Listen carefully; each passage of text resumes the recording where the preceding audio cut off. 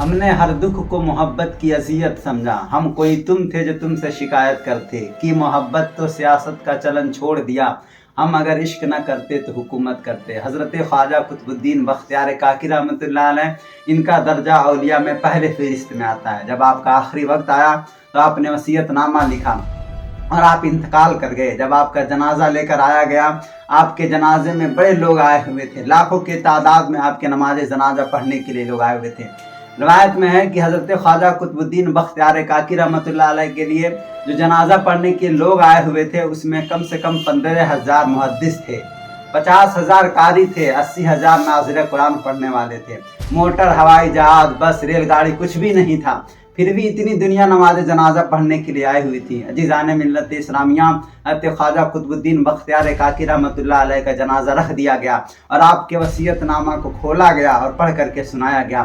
حضرت خواجہ قطب الدین بختیار کاکی رحمۃ اللہ علیہ نے لکھا ہوا تھا کہ میری نماز جنازہ ہر انسان نہیں پڑھا سکتا، میری نماز جنازہ وہی آدمی پڑھائے گا جس کے اندر 3 شرطیں پائی جائے، جو ان 3 شرطوں کا حامل ہوگا وہی میری نماز جنازہ پڑھائے گا۔ اس میں پہلی شرط یہ تھی کہ میری نماز جنازہ وہی آدمی پڑھائے گا جس کی جماعت کی نماز تو دور کی بات ہے، جس کی تکبیر اولیٰ بھی قضا نہ ہوئی ہو۔ میری نماز جنازہ وہ آدمی پڑھائے گا جس نے کبھی تہجد کی نماز قضا نہ کی ہو۔ اور تیسری شرط یہ تھی حضرت خواجہ قطب الدین بختیار کاکی رحمۃ اللہ تعالیٰ علیہ کی کہ میری نماز جنازہ وہ آدمی پڑھائے جس کی کبھی بھی اس کی نگاہ کسی غیر محرم عورت پر نہ پڑی ہو، چاہے وہ سفر میں رہا ہو یا حضر میں رہا ہو، چاہے تندرستی میں ہو یا بیماری میں ہو، گھر کے اندر ہو یا گھر کے باہر ہو، کسی بھی حال میں اس کی نگاہ کسی غیر محرم عورت پر نہ پڑی ہو۔ عزیزان ملت اسلامیہ، یہاں ایک کہنے کی بات یہ ہے، جب آدمی کسی کو اس لائق بنایا رہتا ہے تب اس چیز کی اس سے امید کرتا ہے۔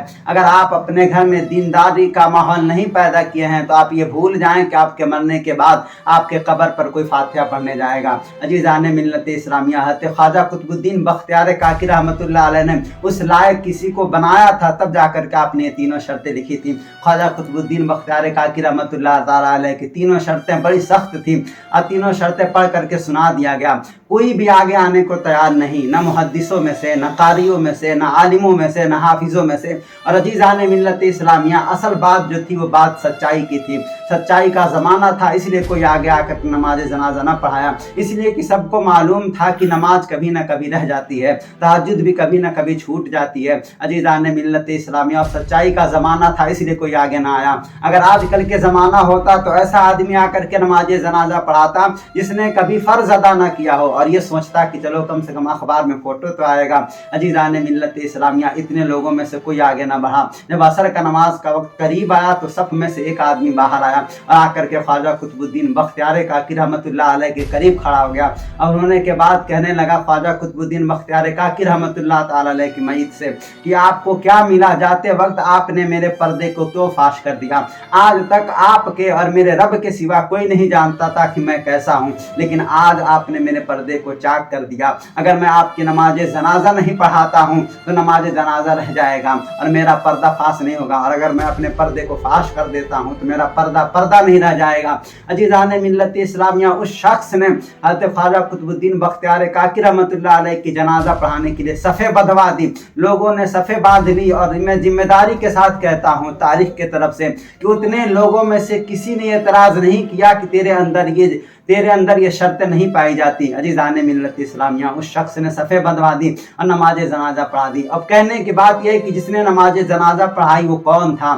کیا کوئی بہت بڑا ولی تھا، خدا جانے پہاڑوں میں رہتا تھا، کوئی بہت بڑا بزرگ تھا، کوئی بہت بڑا پیر تھا؟ نہیں، اسی وقت جس وقت خواجہ قطب الدین بختیار کاکی رحمۃ اللہ تعالیٰ علیہ کا انتقال ہوا ہے، اسی وقت دہلی کے سرزمین پر حکومت کرنے والا خواجہ شمس الدین التمش تھا۔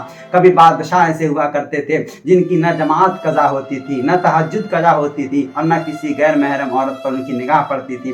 عزیزان ملت اسلامیہ، کہنے کی بات یہ ہے کہ جب ہمارے بزرگوں کا یہ طریقہ رہا، یہ تقویٰ رہا، یہ پرہیزگاری رہی، تب جا کر کے حکومتیں ہمارے قدموں میں تھی، اور اللہ و رسول سے ان کے محبت جب مضبوط رشتہ تھا تب جا کر کے ہم لوگ کامیاب تھے۔ آج ہمارا رشتہ اللہ و رسول سے کمزور ہو گیا تو آج ہم اور آپ